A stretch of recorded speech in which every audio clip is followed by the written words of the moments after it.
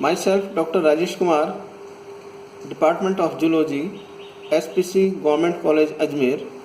Today my topic is Nucleic Acid General Account, Part 2. The subtopics of are following: DNA, in which molecular structure of DNA, biological importance of DNA. Second subpoint, RNA, molecular structure, types of RNA, in which genetic RNA and non-genetic RNA. These are messenger RNA, ribosomal RNA, transfer RNA. The third subpoint is synthesis of nucleic acid components. First is phosphate, second sugar, third nitrogenous bases, in which pyrimidine ring and purine ring.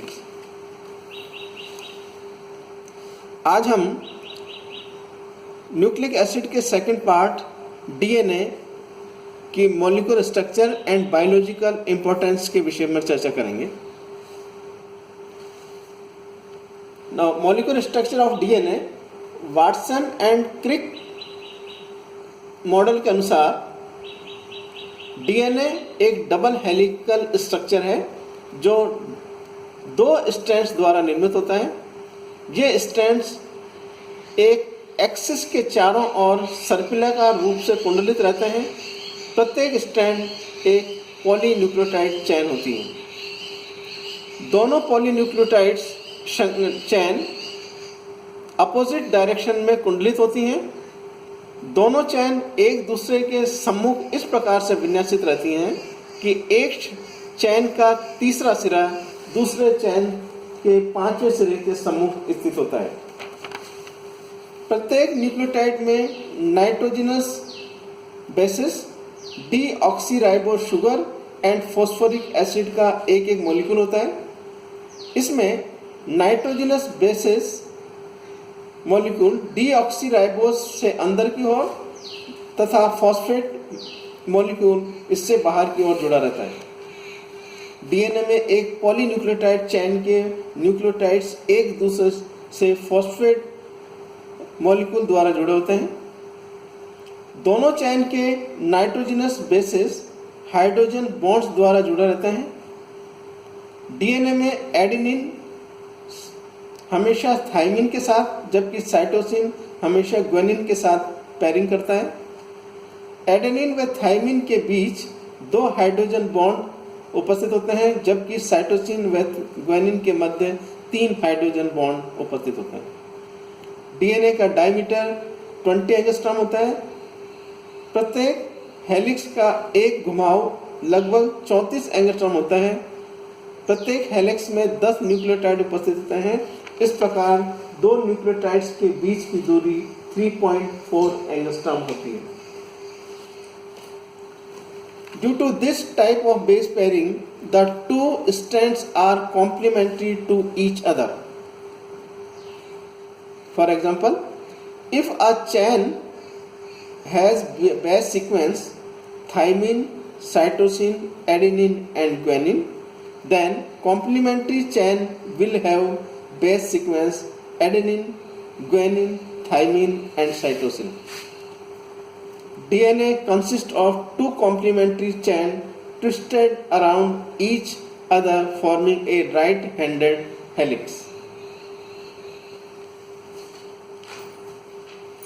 Now, biological importance of DNA. Nucleic acid में DNA सबसे important biological material है, क्योंकि यह न केवल आनुवंशिक संगठन का नियमन करता है बल्कि संश्लेषण को भी नियंत्रित करते हैं, अर्थात control and regulation of genetic organisation. DNA के न्यूक्लियोटाइड्स सीक्वेंस में संग्रहित जेनेटिक मैसेज दो प्रकार से प्रयुक्त की जाती है. एक जनरेशन से दूसरी जनरेशन की सेल्स में आनुवंशिक सूचना भेजने के लिए तथा एनिमल्स एंड सेल्स के लिए प्रोटीन मॉलिक्यूल्स के संश्लेषण की सूचनाओं के सोर्स के रूप में. इन दो महत्वपूर्ण कार्यों के अलावा डीएनए द्वारा अन्य कार्य भी किए जाते हैं, जैसे सेल्स में होने वाली सभी रासायनिक क्रियाओं का नियंत्रण एवं नियमन डीएनए द्वारा किया जाता है। डीएनए सेल्फ डुप्लीकेशन की क्षमता रखने के कारण जनन के लिए अत्यधिक उपयोगी होता है। डीएनए ट्रांसक्रिप्शन द्वारा आरएनए का निर्माण करता है तथा पर्याप्त रूप में स्थायी होता है तथा इसमें म्यूटेशन एवं जेनेटिक चेंजेस की संभावना न्यूनतम होती है। Now second type of nucleic acid that is RNA, ribonucleic acid. Now molecular structure of nucleic acid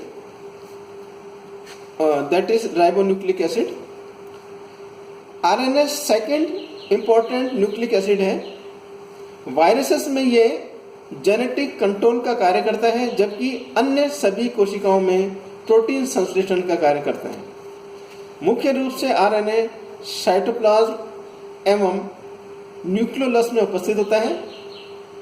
cytoplasm में यह फ्री स्टेज में ट्रांसफर आरएनए व मैसेंजर आरएनए के रूप में उपस्थित होता है, जबकि राइबोसोम्स में राइबोसोमल आरएनए के रूप में उपस्थित होता है। माइटोकॉन्ड्रिया एवं क्लोरोप्लास्ट में भी आरएनए पाए जाते हैं। जनरली आरएनए सिंगल स्ट्रैंडेड होता है। Now types of RNA. आनुवंशिक दृष्टि से आरएनए दो प्रकार के होते हैं, genetic RNA and non genetic RNA. Genetic RNA अर्थात आनुवंशिक RNA some plants and animal viruses में विभिन्न लक्षणों को एक पीढ़ी से दूसरी पीढ़ी तक ले जाने तथा डीएनए के समान अन्य नियंत्रण कार्य आरएनए द्वारा संपन्न किए जाते हैं। इन मॉलिक्यूल्स को जेनेटिक आरएनए कहा जाता है। ये सिंगल स्ट्रैंडेड होते हैं। Example tobacco mosaic virus, influenza virus and polio virus में उपस्थित आरएनए, जबकि double stranded RNA retro viruses में उपस्थित होता है। नाउ नॉन जेनेटिक आरएनए अधिकांश एनिमल्स में का आनुवंशिक पदार्थ डीएनए होता है, जबकि कुछ जीवों में आरएनए बहुत बड़ी मात्रा में उपस्थित होता है, किंतु यह आनुवंशिक पदार्थ का कोई कार्य नहीं करता। इस प्रकार आरएनए को नॉन जेनेटिक आरएनए कहते हैं। ये आरएनए डीएनए द्वारा संश्लेषित किए जाते हैं। इनका मुख्य कार्य प्रोटीन संश्लेषण में पार्टिसिपेट करना है। नॉन जेनेटिक आरएनए तीन प्रकार के होते हैं, ribosomal RNA, messenger RNA and transfer RNA. Now messenger RNA अर्थात संदेश वाहक आरएनए या न्यूक्लियोलर आरएनए, यह साइटोप्लाज्म और कुल आरएनए का 5 से 10% भाग बनाते हैं। इनका सेडिमेंटेशन कोएफिशिएंट 8s होता है। प्रत्येक मॉलिक्यूल में न्यूक्लियोटाइड्स की संख्या 900 से 1500 पाई जाती है। प्रत्येक मॉलिक्यूल का अणुभार मॉलिक्यूलर वेट 50,000 होता है। राइबोसोमल आरएनए ये राइबोसोम में उपस्थित होते हैं और कुल आरएनए का 80% भाग बनाते हैं। प्रोकैरियोट्स में 70s टाइप राइबोसोमल आरएनए, जबकि यूकैरियोट्स में 80s type ribosomal RNA present होते हैं। यद्यपि ये सिंगल स्ट्रैंडेड होते हैं, किंतु कुछ स्थानों पर कुंडलित होते हैं। इन कुंडलित क्षेत्रों में सप्लीमेंट बेस पाए जाते हैं जो हाइड्रोजन बॉन्ड से जुड़े रहते हैं, किंतु नॉन कॉइल्ड स्ट्रैंड में पूरक क्षार अनुपस्थित होते हैं। इस कारण राइबोसोमल आरएनए में प्यूरिन्स व पिरिमिडिन नाइट्रोजनस बेसेस का अनुपात निश्चित नहीं होता। Third type of RNA that is transfer RNA, ये साइटोप्लाज्म में उपस्थित होते हैं तथा कुल आरएनए का 10 से 20% भाग बनाते हैं। साइंटिस्ट आर होले द्वारा प्रस्तावित ट्रांसफर आरएनए की द्विविमीय संरचना प्रतिरूप के अनुसार प्रत्येक ट्रांसफर आरएनए में 72 से 93 न्यूक्लियोटाइड उपस्थित होते हैं। ये सिंगल पॉलीन्यूक्लियोटाइड के रूप में उपस्थित होता है, जिसमें स्वतंत्र थर्ड व फिफ्थ एंड उपस्थित होता है। यह पॉलीन्यूक्लियोटाइड चेन कुंडलित होकर क्लोवर लीफ के समान संरचना बना लेती है, अर्थात क्लोवर लीफ मॉडल का प्रस्तावना आर होले द्वारा की गई। ट्रांसफर आरएनए में 5 विशिष्ट भुजाएं होती हैं। प्रत्येक आर्म्स स्टेम व लूप से निर्मित होता है।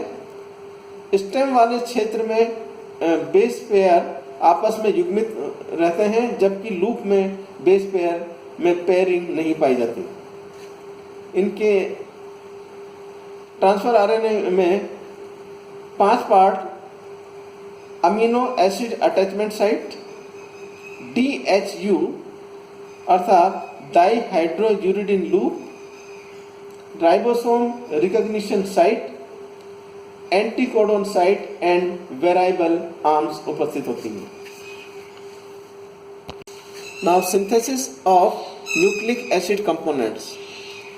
Nucleic acid nucleotide monomer unit से निर्मित होता है। इसके कंपोनेंट का संश्लेषण 3 भागों में होता है: phosphate, sugar and nitrogenous bases. Nucleotide monomer के निर्माण के लिए आवश्यक फॉस्फेट पूल द्वारा प्राप्त होते हैं, जबकि न्यूक्लियोटाइड मोनोमर के निर्माण के लिए आवश्यक राइबोज या डीऑक्सीराइबोज शुगर ग्लूकोज मेटाबॉलिज्म के हेक्सोज मोनोफॉस्फेट पाथवे द्वारा प्राप्त होती है। Now synthesis of nitrogenous bases, pyrimidine ring and purine rings. Pyrimidine rings का संश्लेषण इस प्रकार से होता है: न्यूक्लियोटाइड मोनोमर के लिए आवश्यक pyrimidine का निर्माण 3 चरणों में होता है: